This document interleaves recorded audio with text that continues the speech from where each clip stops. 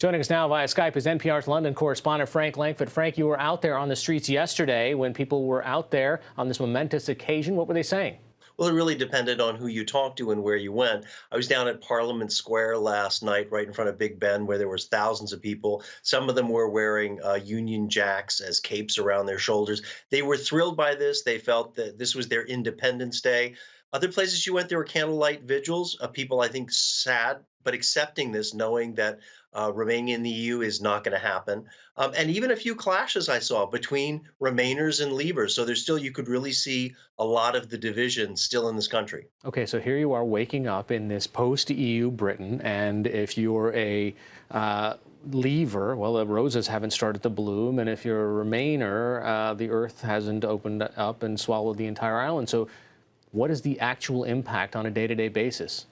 Right now, almost nothing. Nothing has changed this morning.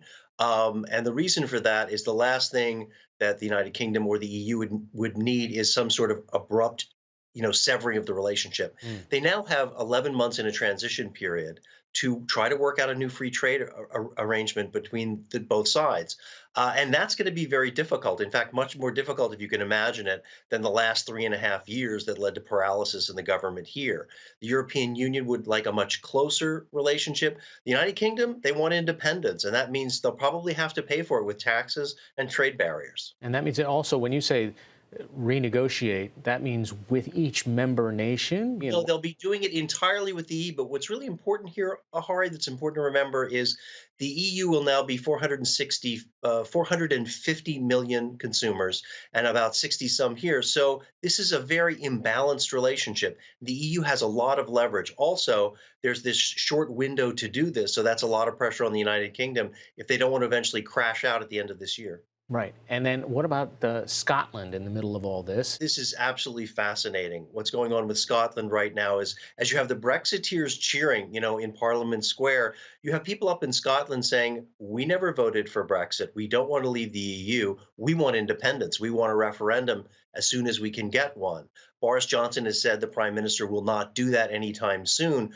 But it's conceivable that in the next 2 or 3 years, there could be an independence referendum. And I think the nightmare scenario for the UK is, people like Boris Johnson, the Brexiteers, they get Brexit, they leave the EU, and they lose Scotland in the process. And how important is Scotland in this, and why does this matter? I've also spent quite a bit of time in Northern Ireland. They're watching Scotland. There's a movement now, more energy to eventually reunify with the island of Ireland. So you can feel things really straining here under Brexit, and there could be a domino effect. It's not out of the question. Are there parallels between what's been happening in the UK in the past couple of years and what's perhaps happened in the United States quite some time ago? Tons of comparisons in terms of 2016 election and here. I find often as I travel, particularly I spend a lot of time in the north of England, these are post-industrial communities. And when you have conversations with people up there, Hari, I mean, they say the same sort of things you would hear in Michigan and Pennsylvania. There is a sense of a country changing too fast, suffering from globalization. They feel that they've been left behind by elites in London. It's all the same kind of language, but it is very heartfelt. And what Boris Johnson was able to do in December was to go up there and speak to people, promise to get Brexit done, and then reinvest in the North. And that was the way he was able to win a big election. So what he did up there is not dissimilar at all to what Donald Trump did in the upper Midwest in 2016.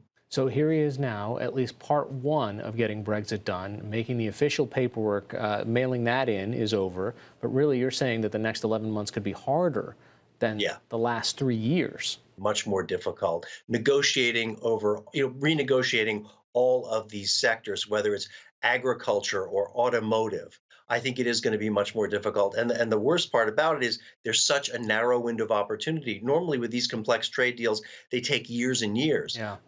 Boris Johnson has said 11 months and we're out. And what are the economic impacts? Are they being felt yet in the UK? They've already, it's in a sense, Hari, the United Kingdom is already poorer.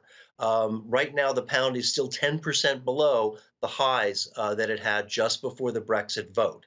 So people have already felt that. I will say employment is very good. Unemployment is very low, but growth is very low. And there are economists that I talk to who are concerned, since there's still so much uncertainty about what kind of trade deal that they get here, that they could slip into recession sometime later this year. NPR's London correspondent Frank Langfitt joining us via Skype tonight. Thanks so much. You're very welcome, Hari.